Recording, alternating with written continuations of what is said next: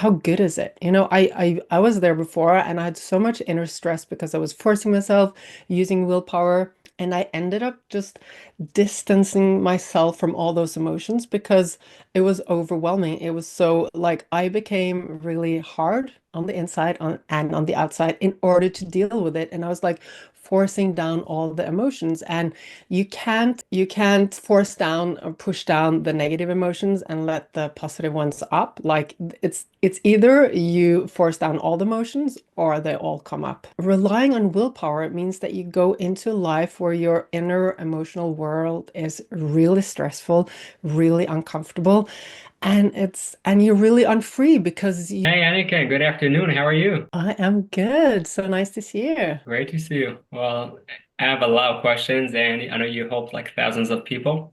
So I'll start with my first, and we'll just go from there. But you just came back from California. I think over there you even hear it more. Everyone talks about our potential. You help people level up, and you hear about all these strategies. My question is like, do you really believe that that's like one, two, three, four, five steps will help everyone level up or everyone get to their potential? Because I'm kind of skeptic about it, but I would love to hear your take on that. So my take is that whoever promises you a quick fix, like these and these steps, and everything will be sorted, they are lying because there's no quick fix and there's no easy way out.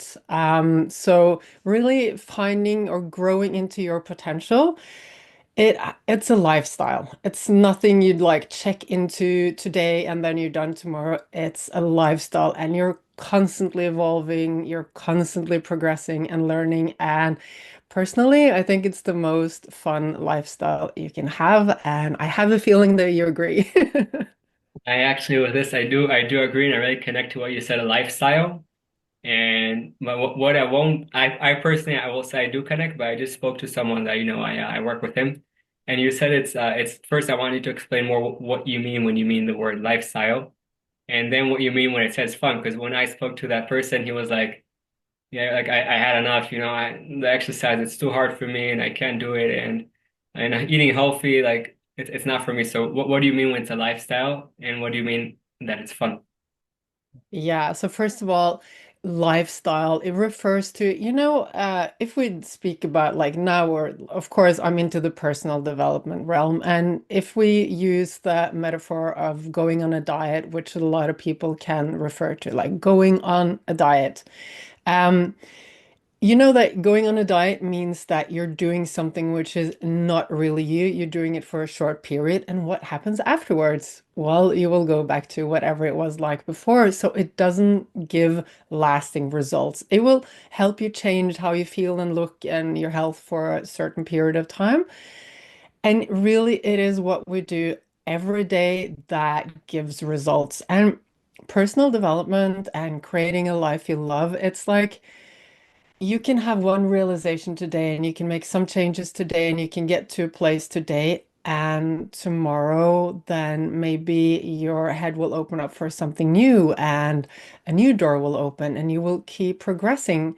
So we can't expect, and I know that people would just want to have the magic pill, like make me happy, make me healthy and Yeah, everything like two today. seconds and it's yeah, Yeah. doesn't The help. thing is like physiologically, like biologically, we are not happy if we're not putting in effort. And this has to do with our ancestors, what life was like before. So when we're working towards a goal, our body will produce a lot of dopamine, which is what makes us happy and motivated, gives us drive. And the body releases dopamine when you're working to get to a goal, to get somewhere. And imagine that if you were already there in all your goals, your life was perfect, you had done everything possible, and you were there would be no need for your body to produce dopamine. Dopamine gets you up in the morning, it helps you move your body, it makes you happy and motivated. And a life without dopamine is a very empty life. So we need to like take this concept of getting to a perfect goal and being happy forever there. We just need to throw it out and start to love the process. And also when we, dopamine is like our brain's most valuable currency, and we're driving ourselves towards whatever gives dopamine. And if we're not careful, we can easily go to the sources which give us the quick dopamine, like scrolling on your phone or eating some, sweet or junk food or whatever. So th those release quick dopamine. The thing is that when we like use those quick dopamine sources, it will spike our dopamine. And after that, it will make our dopamine levels drop even further down, like below our baseline. And when we do it the opposite way around, when we work hard to get to the place where we get dopamine, it will spike, the dopamine levels will rise, and they will go back to to baseline again. Because we are meant to work hard in order to reach our goals. So our system just doesn't, is not adapted to having all that free dopamine just flowing. So yeah, that was a long answer. I know you said it was so many great things, and I want people just to stop for a second and understand that, like you just said, we were meant to work hard in order to, I always say anything worthwhile in life has work behind it. I also work with investors and different type of people, and if you just get something, you might, it's nice, but in order to really appreciate it, you need to work hard. In order to run a marathon or ultra marathon, you don't just get like the process is much more enjoyable and sometimes not. Sometimes you're like, oh my God, I don't want to get out of bed and like, or peaking a mountain. It's like I went to peak a mountain in the Himalayas, and when I got to the top, it was nice, but it's not the goal that we get to, it's the process. And I really connect to what you say there.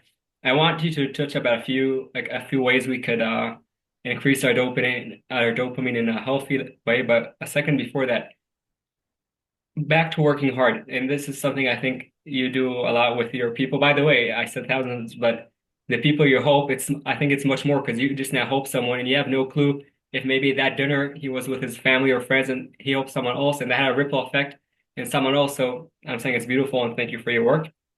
It's really beautiful. I just want people to understand going back to the hard work. Hard work is something good. Now, as we we go through that hard work, we need to understand that necessarily, people that I work with, they told me I didn't get up in the morning or I ate this donut. I said, oh, all good. It's part of the path. Like persistence means that you'll try. It won't, some of the times you'll fail and then you get up and you learn, okay, why did I fall? Don't beat yourself up. Learn, move forward. Like it's not that if we're persistent, like, okay, everything, we'll always do it. Yes, we'll try. And by the way, sometimes we won't and accept it. It's fine. So I just, before you gave those, advice about dopamine, I want people to understand that hard work is great. Sometimes you won't be up for it, and that's fine. Accept it. Be okay with yourself. I used to like criticize myself like crazy. So today I'll say, okay, it's not good. I'm not saying it's good. It's not good. Okay, what can I learn and move forward? So just that's about the hard work. I think it's a beautiful thing to understand. Anything worthwhile in life has work behind it. So thank you for putting that in. And if you could give us some, ideas about how to increase our dopamine in a way that is healthy for us, because as you said, you have if you get dopamine some spikes, so you'll feel nice for a little bit, but then that won't hold. And not only that won't hold, that spike that you took, now you need much more because you get used to it. So I would appreciate it if you give some, ideas for people how to increase the dopamine in a way that is healthier for them.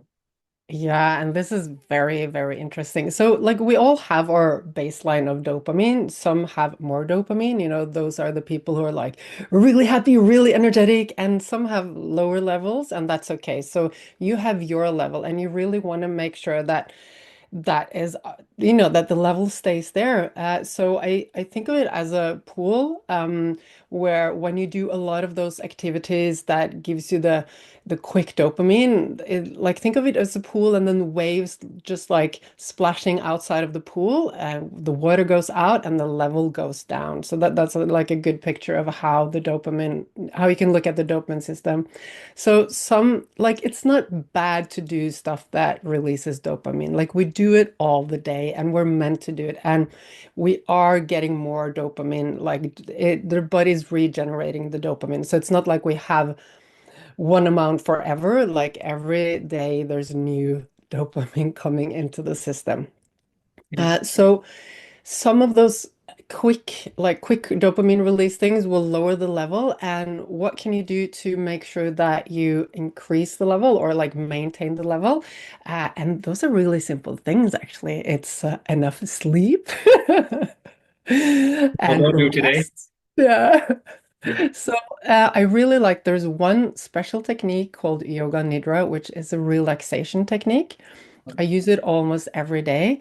And it is really just, if you Google it online, you can find so much on YouTube also, just like so yoga nidra and research shows that, of course, it's really great for like catching up on sleep if you like sleep deprived or like it has a lot of healthy effects. And one of the effects it has is that is it replenishes your dopamine levels. So by doing like 10 minutes or 20 minutes every day of this technique, you can really replenish your dopamine levels. And I think in general, a healthy, normal lifestyle will just helping your body to do what your body does best. And the way and the way you put your body out of balance is, of course, lots of screen time, lots of scrolling, shopping, Netflix, all of that stuff. So myself, I'm very logged on during the day, during my work hours, and after dinner, like I go have dinner with my family, my kids. After that, I am off screens. So it's really just giving my body and mind a period of the day where I can just, yeah, relax really. I love that, and I really connect to what you said about, being off screens. Also, when I, before I go to sleep, an hour or two before, until after my morning rituals, I shut my internet and just, sometime it's like we sign a contract with the world that we're always there for them, but we forget about ourselves. So like, eventually once my grandmother told me if you'll always be there for other people, eventually your energy will be out. Like, so I believe that, each person must invest in themselves, not because they're the core, because they have unique gifts in them. And when you invest in yourself, it's like you charge your battery and then you can serve a purpose that is greater than yourself. And by the way, each person is different the way that they serve. And I want to go back for a second to what you said about the healthy habits in life. And over here, I have a question that I think could be challenging. I would love to hear your answer on that. So, everyone talk about the same, a little bit here, a little bit there about some nutrition, some sleep, some, reducing stress, breathing, exercise, all that, relationships. My question is, it's really nice to talk about all that when we're sitting here and you're back in your country and I'm here in a nice, beautiful place. But when you're in a place, forget about the location, but when you're in a place inside that it's like, you know what, Anniken, I had enough. I'm done. I'm done. I tried this. I tried that. Like when I'm in a mental place that I had enough, how do I get that key to access these healthy habits? Number one. And number two, I know you also work with the subconscious NLP and things like that. I might say I want different things, but if there are things in the subconscious that are stopping me, so it's really nice all this talk about healthy life, but how do I access that? So maybe I have no power in me, or maybe I'm powerless because the subconscious is kind of blocking me. Yeah, and it is normally always the subconscious that is blocking you. So, okay, so let me just understand your first question. So, how if you're in place where you had enough, does that mean that you've been trying to do a lot of things and it's not working, or what do you Oh, think? you're in a place that you feel powerless. Maybe I've tried many things and they're not Mm. working.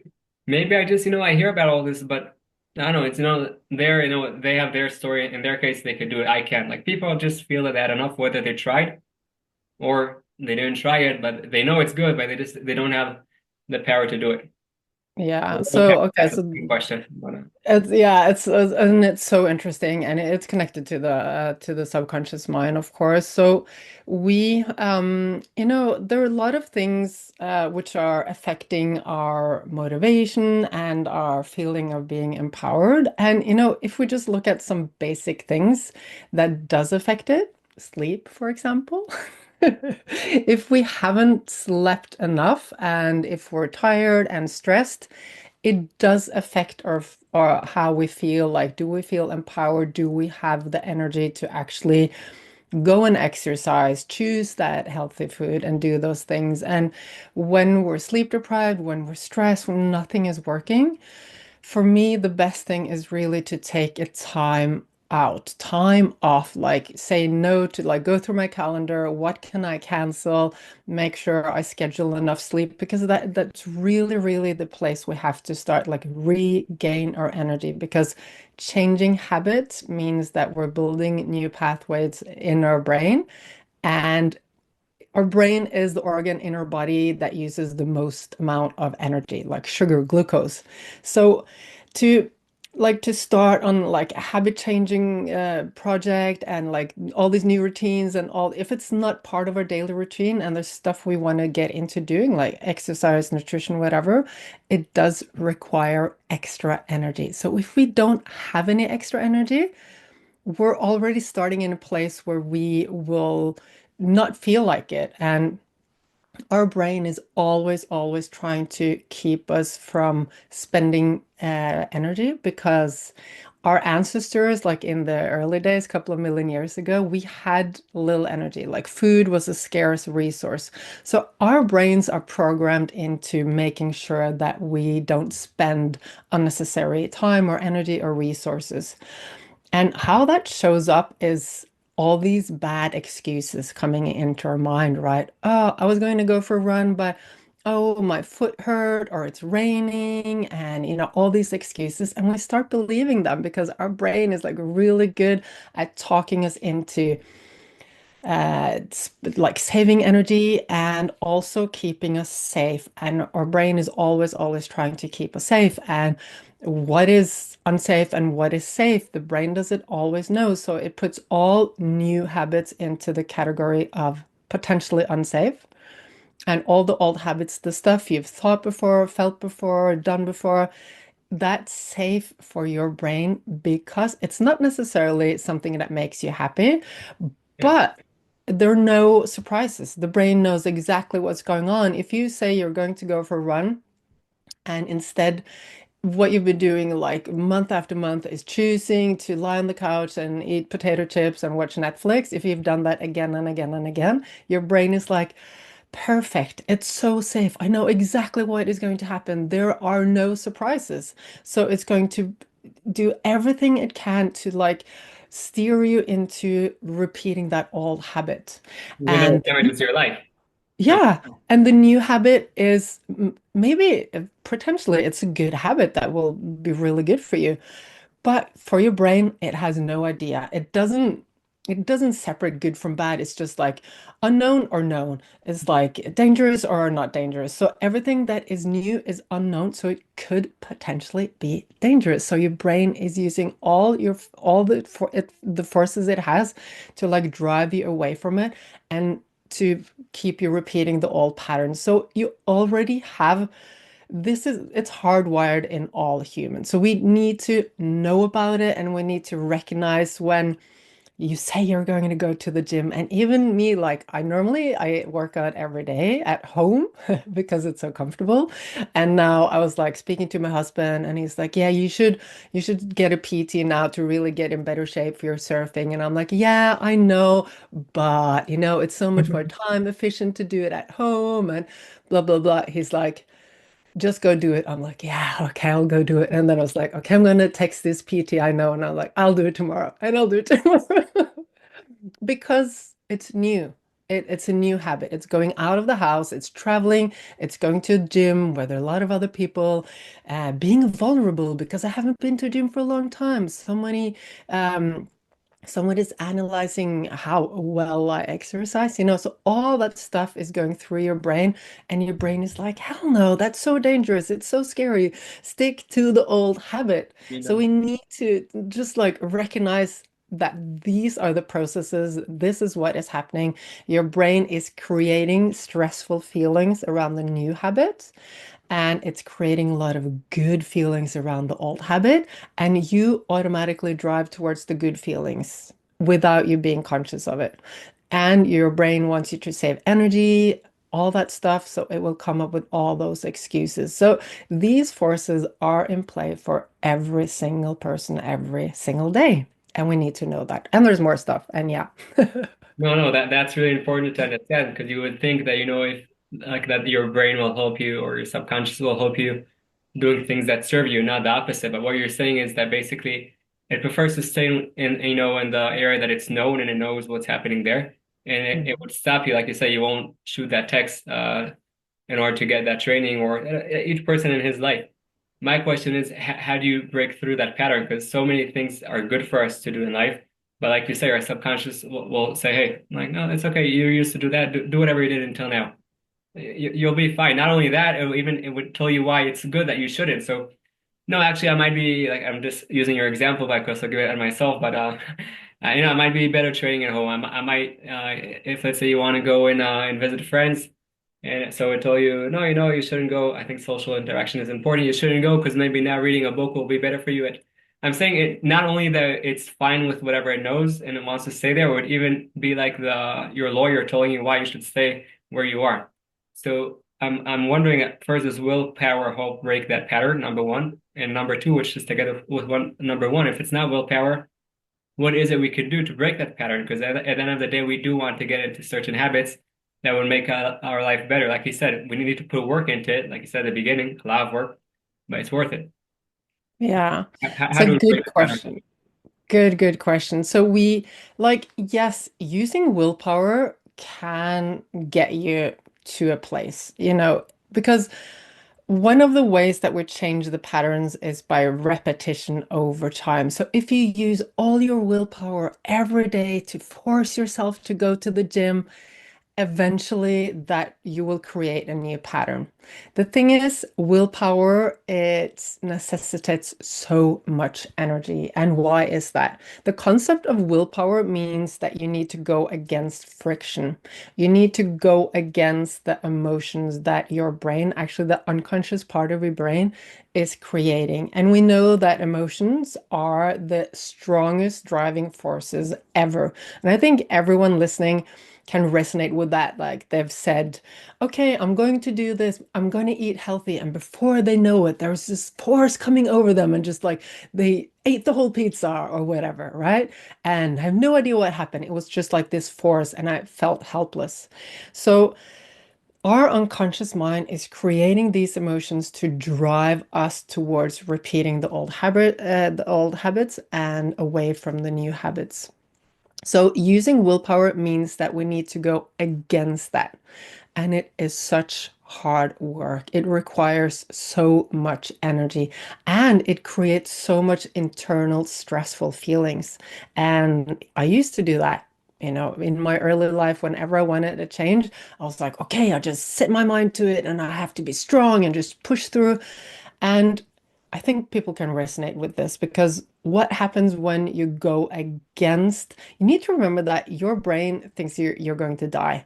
And you're saying, whatever, brain, we are going to do this anyway. So, and the more you're trying to steer the ship in the opposite direction of what your brain wants, the more like stressful emotions it will create and the more willpower you will need. So it's just like a fight against the strongest forces that you have that are inside of you that really drive everything. So of course it is tiring. It requires a lot of energy and it will create a lot of uncomfortable feelings on the inside.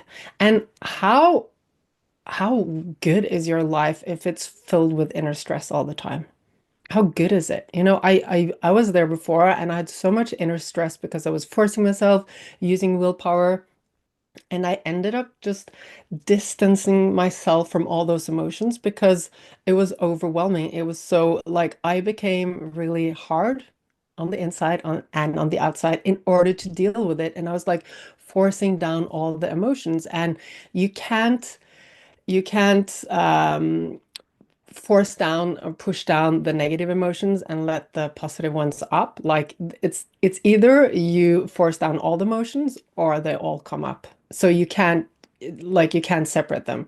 So like relying on willpower, it means that you go into life where your inner emotional world is really stressful, really uncomfortable, and you're really unfree because you need to make all these rules and is so and as you said, like if you didn't manage to do what you had planned, then you'll end up criticizing yourself and you think you failed and you weren't strong enough and you all that stuff that people go through that I went through as well before I knew how we actually function, knew how the brain works. So yeah, to answer your question, you can use willpower. I don't recommend it. And it will take you it will take you to maybe a goal and still, like, if you really want to rewire those unconscious habits, imagine that if you use smarter techniques, you can change it like this within a few weeks. If you use willpower, maybe you need to like go on for years before you actually change that habit and you have all those negative emotions and it's not really comfortable. Okay, enough talk. How do you do it then? Well, no, I think we'll talk now in a second how do you do it, but that's really important to understand because many people these days talk about willpower, and I'm also similar to you. You know, nowadays I be strong, get up, go, but eventually, first willpower is I'm not saying it's bad, but I'm saying that alone I don't think it could take you. And more than that, if you don't work and change patterns, which you're going to talk about in a second, sometimes also you could work too hard. You know, I was actually studying pretty hard, I'll say. And I said, oh, willpower, willpower. Eventually, I didn't sleep and we'll talk about sleep maybe after, but which is really important. And then, I was doing pull-ups, and then like I got a stab and I fell. And I was like, willpower, get up. I go up and then another stab, and I'm like, okay. So I'm saying willpower, it has its place, but I much more connect to what you said that now you're going to say, what can we do? But we need to understand that willpower alone, whatever we want to talk about, willpower, push through. It's a part, but there are much more parts. So I would love to hear about the parts, Yeah. how can we, get to our Yeah. go in and have a better life. So And thanks for sharing that part as well about you using willpower and just getting up. Your body was telling you something and you were like, no, no, I have to push through. And I think most people can resonate with that and understand it. And we have built our society around the idea that if you don't reach your goals, you are weak. You know, you need to be stronger and just push through. And it is not the way to reach your goals and to create change. Okay, so how do we do it then? So there are many ways in, and of course, a lot of things we can do, and always working with like a coach who can help you reprogram your unconscious mind is great. And there's still so many things you can do on your own. So I spoke about how it's the emotions that are driving us. We need to understand that every second of our day, of our life, our brain is doing its best to keep us safe. How does it do it? It does it by driving us towards safety and away from danger. What is dangerous? What is safe? We don't always know. But whenever there are uncomfortable emotions somewhere, your brain goes, oh, this is dangerous. And where there are comfortable emotions, your brain goes, I want to bring you there. So we can be really smart about it and we can reprogram what we feel about things. You know, going to the gym.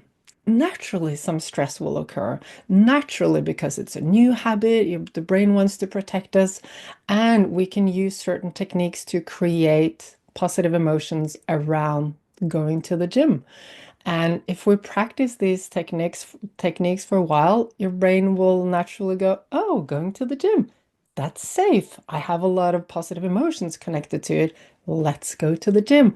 And then it will happen without you having to force you. It will naturally be a thing that you're driving towards. So I think like before you start that path and start practicing, we have a lot of mental techniques that we can use to achieve that.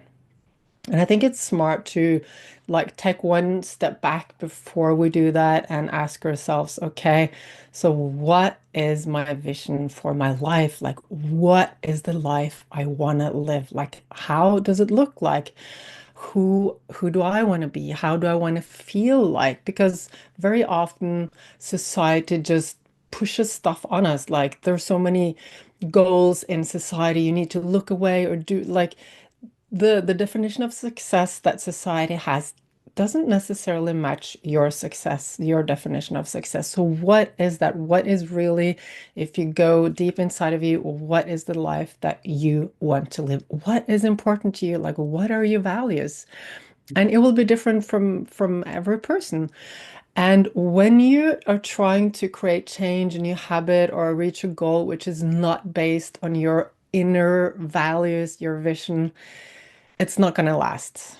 The motivation is not going to last, and it is going to create inner stress. And inner stress, again, creates all the negative emotions. And what does your brain do? It moves you away from it, right? So if you want to create sustainable, lasting change, first of all, check in. What are my values? What is my vision? How do I want my life to be? And then when you start planning your goals and the new habits you want, if they are aligned with the life you want to live, which is based on what is important to you, you will naturally be creating all those good emotions around it. So already you're starting with a driving force towards doing that before you even start doing any of the mental techniques, because that is how you create more motivation and drive and focus and everything. So really just tapping into what is inside of you. That's beautiful. So you're saying that if I connect now to what's inside of me, so I connect to emotions, and when I connect to emotions, so then I could do some changes. Because when I have some positive emotions around the gym, so then I'll do that. So my question is, I like the part about emotions, and I think it's really important. Someone that doesn't really, like you're talking about a vision in life and all that, someone that has no clue where to start with a vision, where does he start?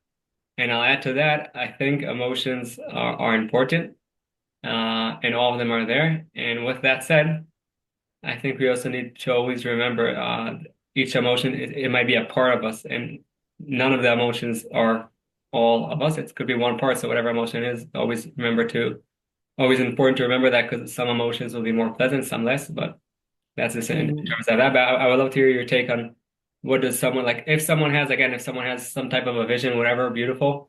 So he'll build like positive emotions around those things that help him. And by the way, I think he will need some will or he will need some willpower and need to push through for sure. But that would be in addition to those positive emotions.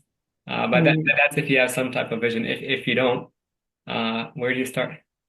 Yeah, so very, very good question. And I love that you bring up the fact about our emotions. They are there and they are valid and they're there for a reason. So accepting all of our emotions is so, so important in order to have positive and sustainable change. So I love that you brought that up. And so the driving forces we have are the the what we call positive emotions. I don't really like that explanation, but let's just play with it. The positive emotions, those are the comfortable ones. Our brain likes them, so it will drive you towards them.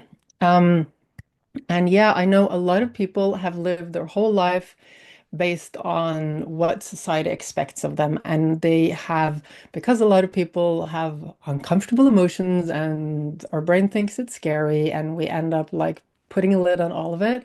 As I said earlier, if we put a lid on some emotions, we put a lid on all emotions.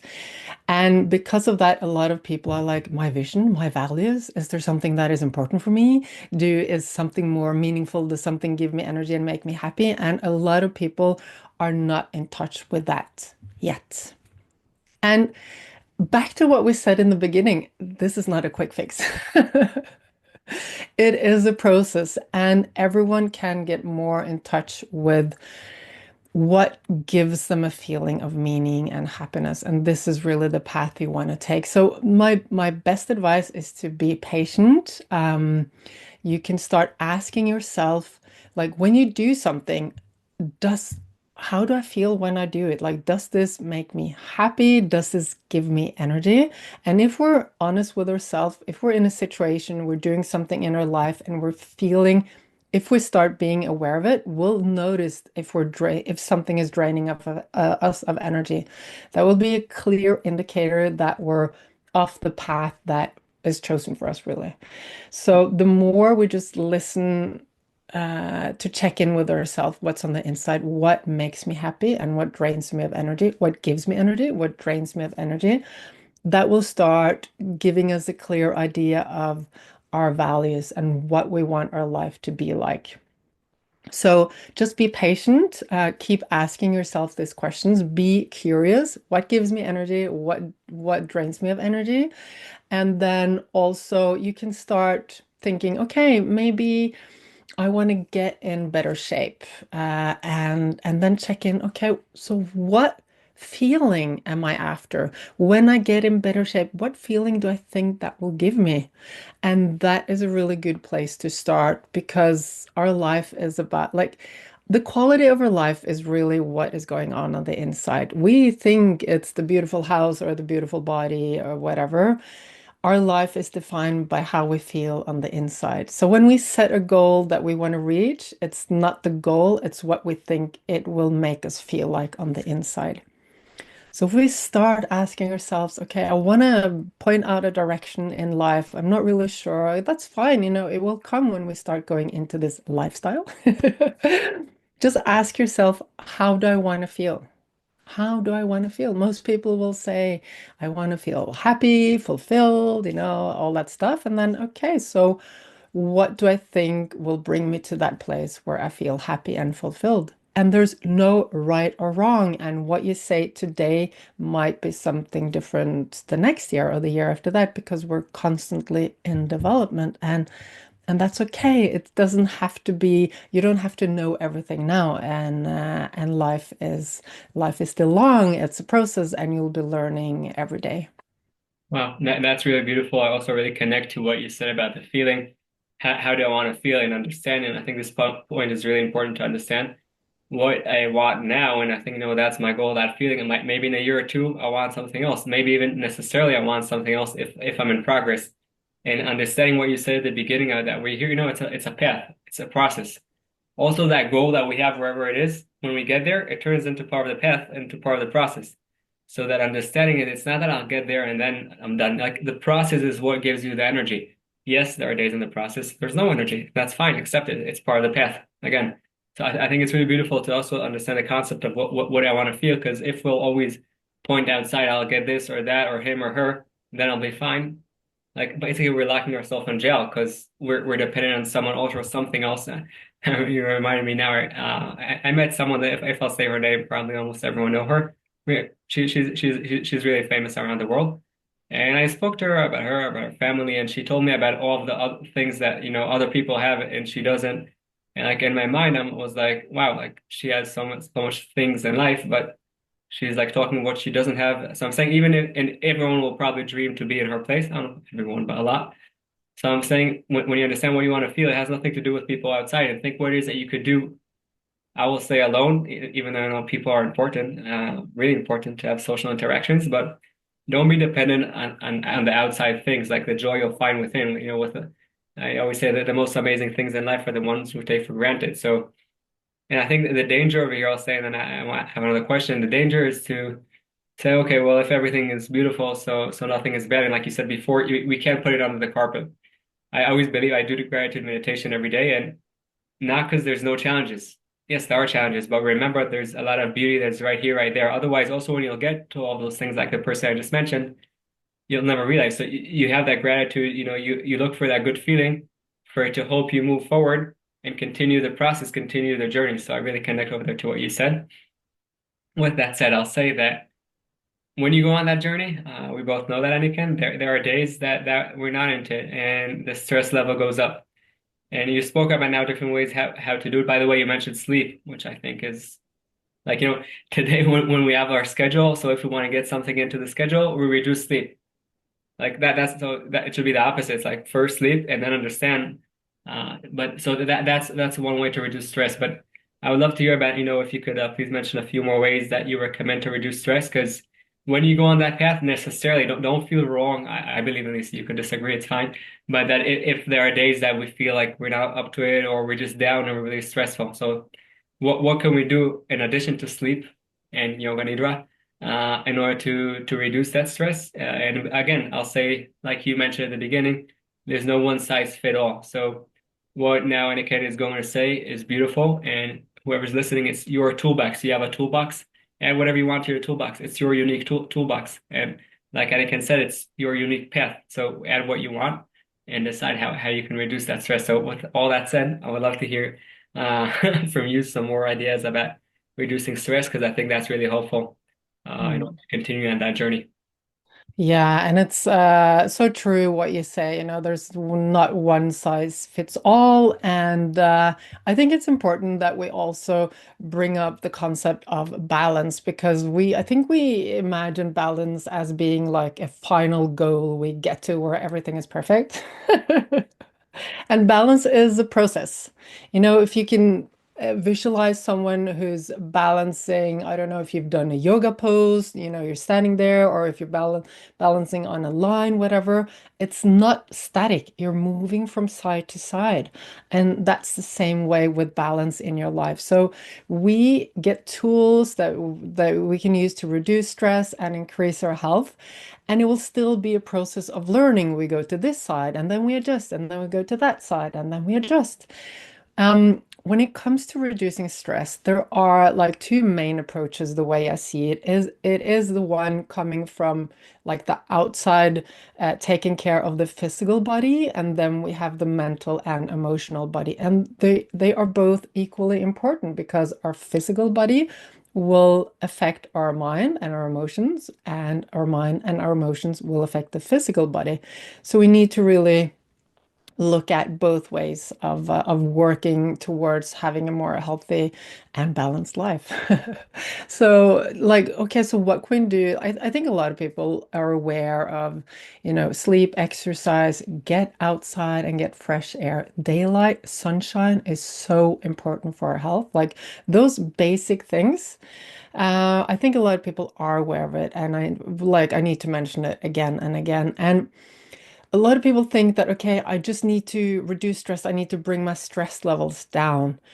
And one thing which is important in order to have a healthy nervous system is that you actually have periods where you are super stressed. It can be through exercise, whatever, holding a presentation, because the flexibility of your nervous system, your ability to actually go into parasympathetic mode is correlated with the ability to get the stress levels up. Like we are meant to get our stress levels up. You think that's And part of the process? Like we need to have yeah, high stress? yeah, we need to like, because imagine if you were just like, I'm not going to do anything stressful. I'm just going to rest. Your nervous system is plastic, just as your brain, you know, it's constantly adapting. And if your nervous system doesn't have any stress at all, that it will not be able to tolerate, it will be tolerating less and less stress. So the more you exercise, you know, going for a run, you know, going to the gym or climbing a mountain, that is stress on your system, which is super healthy. And after you've done that, you should bring it down again. So it's like it's going up in stress levels and then down. That will give you a healthy nervous system. We're not meant to be in stress all the time. We're meant to go there and then come back to rest. So I think a lot of people get that wrong because they're only thinking about the rest, rest, rest, rest. And in order to actually bring your system into rest, you need to go into stress. And this is super interesting. So it gives you a healthy and flexible nervous system when you can go up in stress and then down into relaxation. So of course, you know, having like too much stuff on your to-do list, the calendar, which is too full, at some point it will be too much for you. And it can be like things like drinking too much coffee. It also it amps up your nervous system, and that will create stress if you don't have a break. If you're constantly feeding like information, screen time, you know, stuff just like emails, messages, phones, and all that stuff which is stressing your system, it will just go up, up, up, and you will never give it rest. So, in terms of the physical body, and I'm sure people watching, you know, already know a lot about that. There's so much stuff out there on what you can do to really get your body to relax physically. Using breath is like one of the quickest tools we have for relaxing the body, and it's super, super powerful. And then we have, you know, the inner part, the mental and the emotional part, because that is really where most of our stress comes from. It is Or what just, we think. Anniken, before Yeah. you go into the inner part, I really want to emphasize, you said over here something so beautiful that necessarily we need to have, that stress. And then you said the other part is, and this is what I want people, if you're not having any stress, go and get it. But if many people today stress themselves out and they think that the rest time is no, that's a waste of time. And you're saying no, the rest time it's equal, all good. You're saying all good. Stress, it's fine, it's good, even help you. But in order for you to get that result from the stress, now balance it with the time that you rest, and it's not a waste of time. It's actually it's both. You need both together in order to get stronger. So that's so important you said that because many times people say rest, I have no time, I need to do this and that. So thank you very much. I stopped you in the middle, but that's so important. So thank you very much for putting the emphasis over there. Oh yeah, yeah, so important. And I'm sure it's has been the same for you also. Like, want to be productive, I have so much to do, I don't have time to rest. And you can keep on going on like that for a while, and at some point it doesn't work anymore. So, we get all that dopamine from being productive and we feel valuable and all that stuff. And I've had to learn to really like to rest, to do a yoga nidra in the middle of the day, to take time to meditate in the morning. And, back to what I said earlier, you have like you, me, and a lot of people listening probably had a lot of good feelings around being productive. Oh, that makes me feel good, so I want to do more of it. Resting personally, I had so many like bad feelings around it. Like if I was like, okay, maybe I should rest, and my whole body would go like, no, no, no, this is really uncomfortable and create a lot of stress, and that would just keep me moving on. So the way I changed that habit was through creating positive emotions around the habit of resting. As you say, it's one of the most productive things we can do.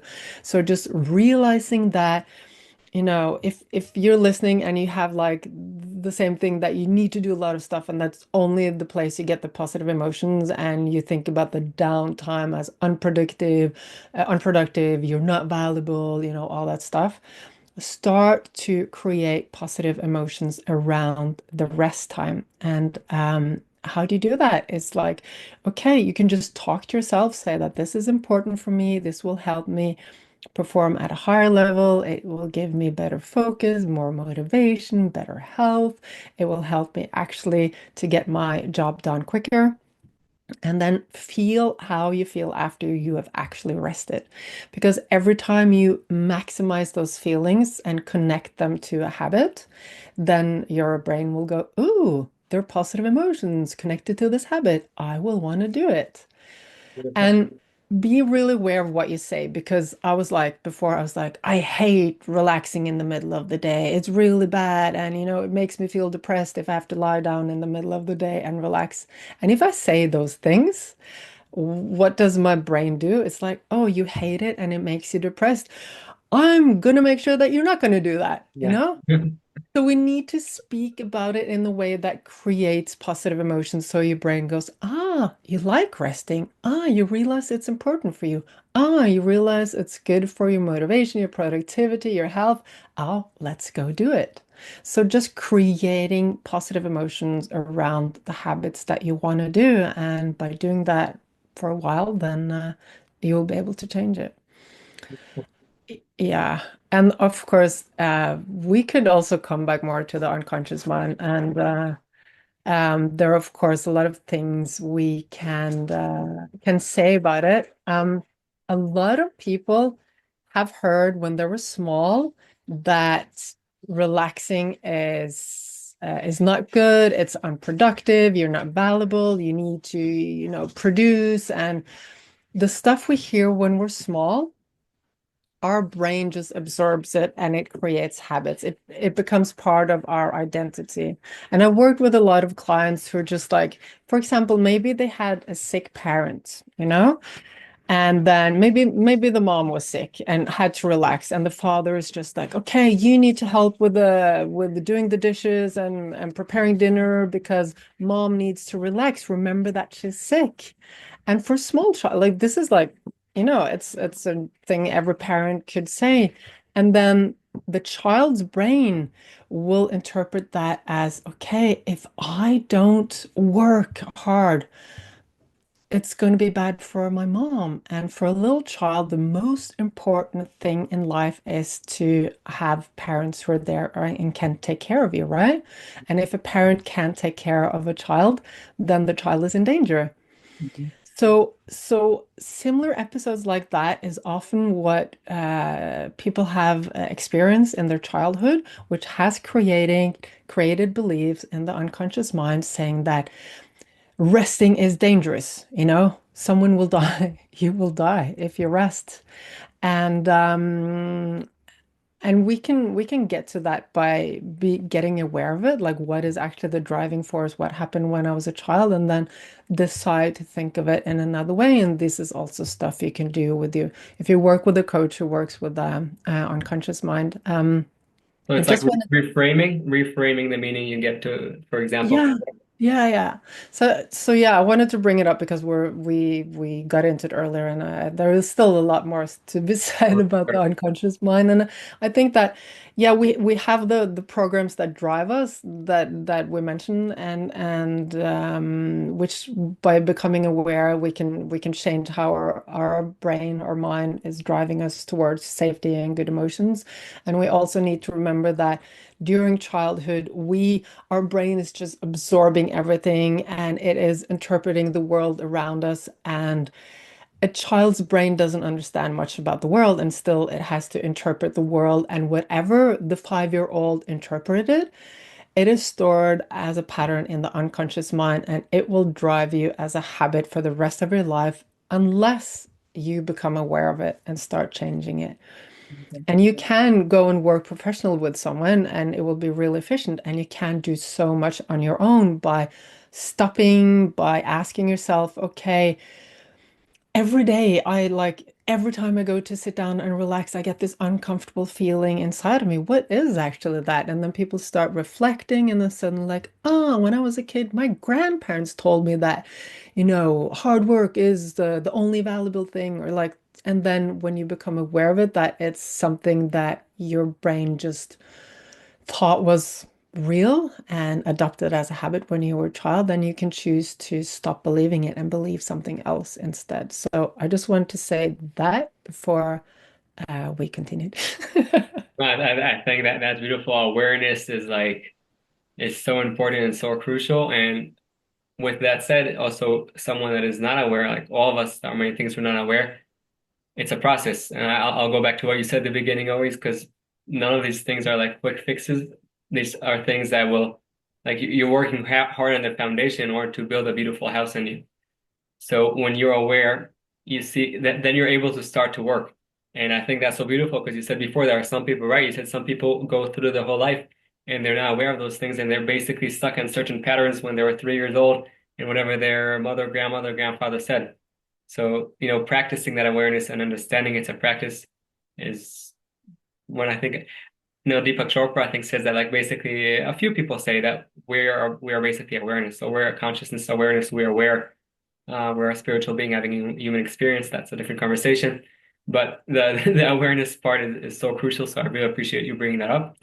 And I think going back to stress, that can also help us. You were talking before about certain ways before I was bothering you, but certain ways to reduce stress. And I think bringing the awareness in there can help us do it much earlier because otherwise we can continue going through life. And sometimes we won't be aware that we're stressed. We're like, yeah, no, it's fine. We're good. It's part of it. We're productive. We're good. And then we just crash, whether we crash physically, we crash emotionally, and different things like that. So I really do appreciate you bringing that up. I would also like to know, you mentioned some ways to reduce stress in terms of emotionally. You spoke about that a little bit because, like you mentioned Yeah. before, that's so important. It's not Yeah, let's or dig that, into it's this. this and or that. And it's this and that. It's like it's not, I think it's both Yeah. together. Yeah, you can't just rely on the physical body and the nervous system and forget about the emotional stuff, because the emotions are like what is creating stress. It's the emotions, right? It's what is happening on the inside is what you think about something. So of course, if your nervous system is amped up for a really long time and you don't manage to get your body into stress, we know that it will create more and more of the darker thoughts. You will get more irritated. You will notice the stuff which is annoying. Like your thoughts will get blacker, if we can put it like that. And that is because being in stress is a place where you're supposed to either flee or fight with like a lion, and there's no need for the brain to go into empathy and love and connection and seeing possibilities and creativity. Is just like, where is the dangerous thing? I need to fight it. So so having a physical body that is amped up with a lot of stress, maybe running around here and there, doing a lot of stuff, drinking a lot of coffee, over a while, and then sleeping too little, maybe over a while, your thoughts will become darker and darker because it's a natural result of being in stress. And the darker the thoughts become, the more that becomes a habit. And having dark thoughts, or I'm just saying dark, just like unconstructive thoughts. Thoughts basically that don't serve you, if I understand you correctly. Yeah, What? thoughts that don't serve you, like this is annoying, or he's stupid, or why did that happen, and blah blah blah. And those thoughts again will increase the stress levels, and then you have this ping pong ball effect. So we can't like separate it. We need to work in from both ways. And when it comes to the emotional and the mental body, and there's so much stuff to do. And one thing, of course, has to do with everything that is stored from our childhood, which is creating stress. That could maybe be another episode. That's, uh, Because that is doing a lot of inner child work and releasing, that emotional stress, which is important. And remember that it's a process, and we're in this for life. And where can we start now? I think by really becoming aware of the thoughts which are going through our head every day, which we're not aware of. And as we mentioned earlier, a lot of us are criticizing ourselves, blaming ourselves, feeling guilty. Oh, I said I was going to go to the gym and I didn't. Now I feel guilty. I criticize myself. These thoughts, this way of speaking to ourselves, is creating stress hormones. And the more we do it, the more stress it creates. And this is the inner hidden stress, which we don't notice. Yeah. And then it amps up the stress system, the physical body gets stressed. And as we said, when the physical body gets stressed, the mind gets darker, and then we have the ping pong ball effect. So really being aware, if we criticize ourselves, we feel guilt and all that stuff. It is natural. It's a part of it's a survival mechanism, and we could go into that later also, but it has to do with our self-esteem. If we don't feel that we are enough, our brains will think that we need to be more perfect in order to be valuable, in order to get acceptance and belong to our tribe. And our brain thinks that if we if we don't think that we're valuable, our brain thinks that we're in danger, that we might lose our place in the tribe. If you're not valuable, then maybe people will push you out of the tribe. So it's a natural mechanism when you are criticizing yourself and pushing yourself and feeling all that guilt, because your brain thinks that by pushing you towards perfection, you will be safe. So everything has to do with survival, and by recognizing that we can and becoming aware of it, we can, stop and say, does this really serve me? Does this contribute to the life I want to live, the feelings I want to have on the inside? And most probably it doesn't. And we can practice changing our thoughts, really, like becoming aware. We can write them down and, okay, what feelings do this thoughts create? How does it limit me? What feelings, what thoughts can I have instead? And how will that help me? And then start practicing that.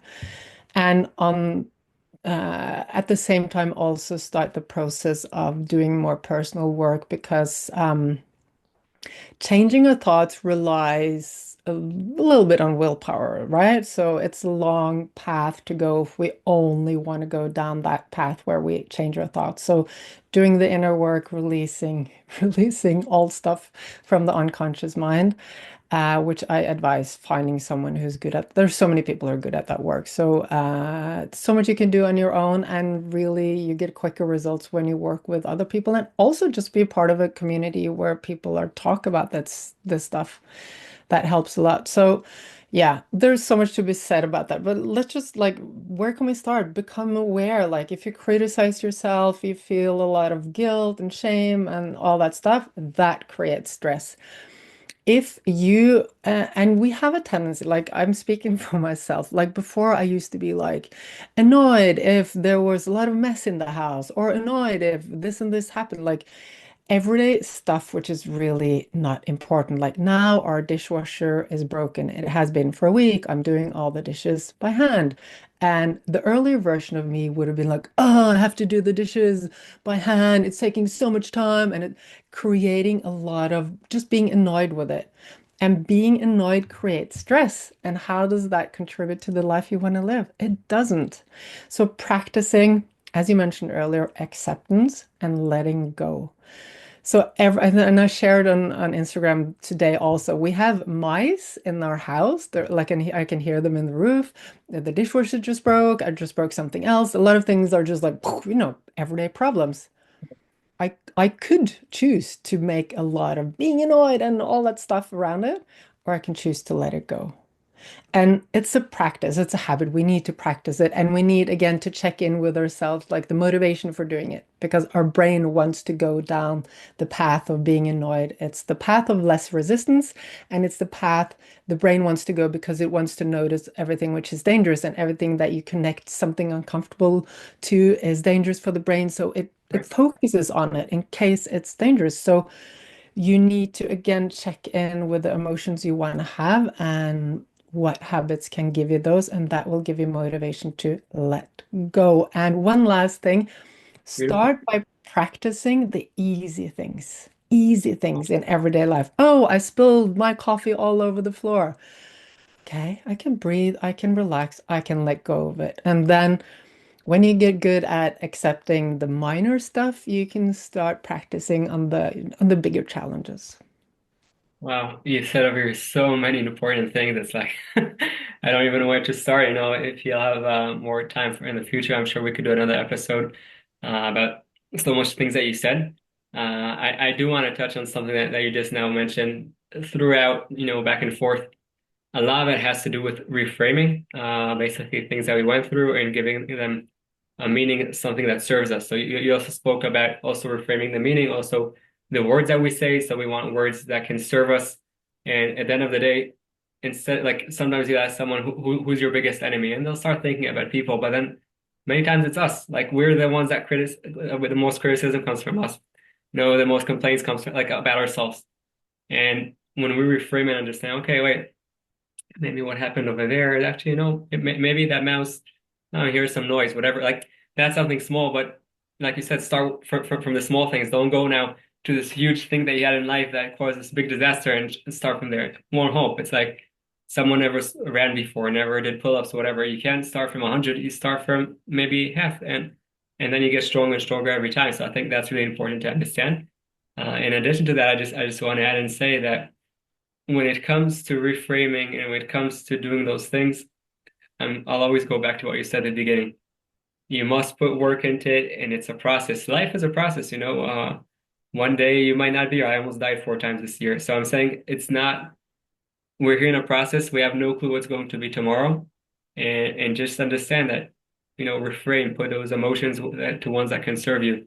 We have thoughts, like you said, write them down because many times they'll just continue coming here. But when you write it down, you'll say, hey, wait, I just wrote, no, that doesn't make any sense. Or no, you know, I just made this up in my mind. Like, is it, you know, we probably both know Byron Katie in her thoughts, like, is it real? All that. So I really appreciate, you know, bringing so much knowledge and so much wisdom into this talk. And I'll talk for someone that is now, you know, sitting on the couch and saying, like, they spoke about some, like, you know, Anniken said beautiful stuff, but I don't even know where to start. And number one or number two, the one that will say, yeah, I heard all that. So number one, if you're sitting on the couch, I hope it's a nice, comfortable couch, but soon get up to do a walk. But if you're sitting there and saying those things, so just start like Anakin said, start with the small steps. Don't try, like if you're doing nothing, don't try to do everything. It won't work. Might work for a week, for two, for a month, won't work. It's like your brain, you're working against it, you'll create explosion. So small steps, focus on something. If it's too much, focus on one thing and small step, low fruits, like Anakin said. And if you're from the ones that say, yeah, I heard all this, so I want to ask you a question I'm asking also myself. Okay, you heard all this, so why nothing's changing in your life? Like, if you know all this for all these years, so sometimes I realize I'll say it by myself, I could listen to the same lectures again and again, and then I ask myself, wait, I heard this so many times. Like, what can I take from here and actually, implement into my life? So if you know all that, amazing, great. Now ask, okay, things are not changing in your life, or they're changing, but you want some more change. So what can you do? Take some things for, the beautiful wisdom that Anniken brought here and start doing it. And again, slowly, step by step. So really, Anniken, thank you very much for everything. So much things that you said are so important. And that's beautiful. You also mentioned, going to therapists and coaches. Where can people reach you? I know you also have a book coming out in English. I think it's this year, right? Pretty soon. Yeah, yeah, it's coming up pretty soon. So I think the best way to find me is on Instagram. I check in there every day, so feel free to send me a message there on Anniken Bins on Instagram. Okay, perfect. So I'll put a link there, and if someone wants to contact you, that would be the best place. Yes. Okay, perfect. Well, enjoy washing your dishes with your hand. Hopefully, maybe you might be doing a better job than the dishwasher, and Maybe. it's also some good Thank you exercise. so thank you so much for the conversation. For sure. Thank you. It was great, and I hope to see you pretty soon. I hope you enjoyed the video and you got some tools to overcome your challenges and light your path. For us to help other people, please press that thumbs up and subscribe to the channel. And don't forget that the most amazing things in life are the one you take for granted.